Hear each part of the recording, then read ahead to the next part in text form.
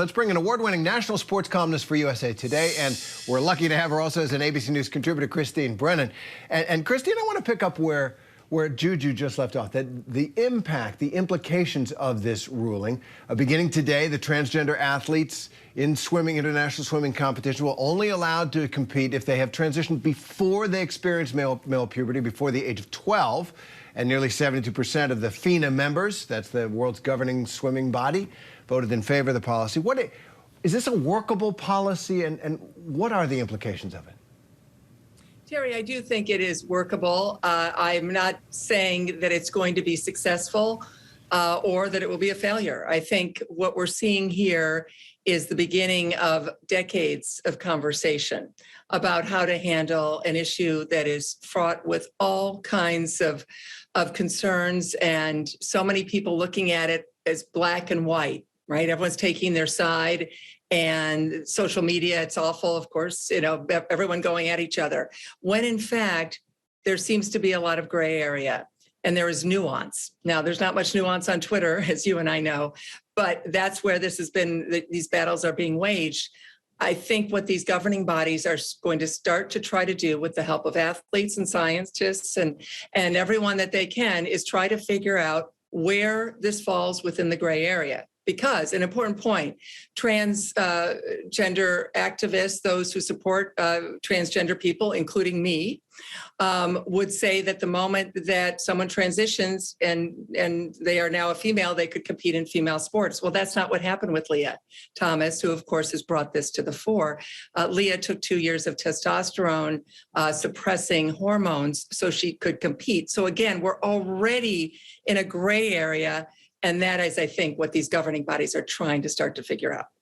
And I think that's one of the reasons listening to Leah Thomas in Juju's interview there was so valuable, because she asked the question, did you do it just so you could compete in the women's events so you might win more medals? And of course, she said no. She seems like a perfectly ordinary, decent person who is living her truth in this way. And yet, you see those pictures, she's ahead by, it looks like a quarter mile in the pool.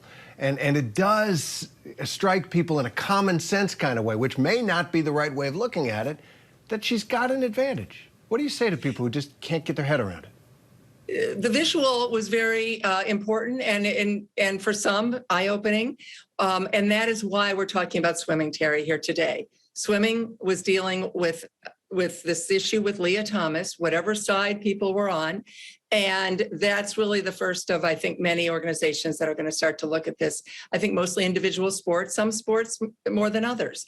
But swimming had this put right there on their plate, and they are starting to deal with it. And I think it's important to say that I am, as I'm sure you are, and most people watching us, for transgender rights, for equality, for Leah to have a beautiful, wonderful life. Full stop. It's the human being behind the news. And we forget that often, how difficult this has been for her, as she was describing in the interview with Juju. The flip side of this, and I said full stop, is that women's sports, we want to also look at that. And as has been said by the scientists, that once a person goes through male puberty, that their body may give them an unfair advantage over others. And that's frankly the issue. And I think good people can disagree and also start to look at this while keeping in mind the humanity of these wonderful people, wonderful athletes who have been going through so much and are just trying to compete. And that may well be where the open category comes into play. That's a great point. And what you said about this is the beginning of the conversation. Conversation is the way forward, rather than Twitter hollering and Twitter mobs. And we'll be talking about it for a long time. And Christine Brennan, I know we're going to be hearing from you on it. Thanks very much. Thank you, Terry. Hi, everyone. George Stephanopoulos here. Thanks for checking out the ABC News YouTube channel. If you'd like to get more videos, show highlights, and watch live event coverage, click on the right over here to subscribe to our channel. And don't forget to download the ABC News app for breaking news alerts. Thanks for watching.